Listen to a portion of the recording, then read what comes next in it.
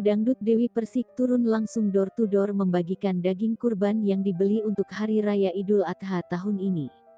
Ia menyiapkan 3.000 bungkus daging dan 3.000 paket sembako untuk dibagikan langsung ke tetangga sekitar dan wilayah-wilayah lain. Selain tetangganya yang akan menerima daging kurban dan paket sembako tersebut, akan ada 5 wilayah yang menerima bantuan dari DP itu.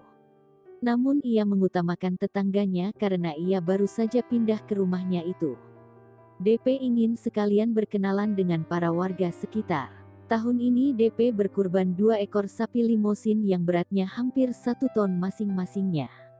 Ia berencana kurban juga di kampung halamannya di Jember, namun karena beberapa hal di Jember tak bisa berkurban dan Dewi Persik hanya menitipkan uang saja ke saudara-saudaranya.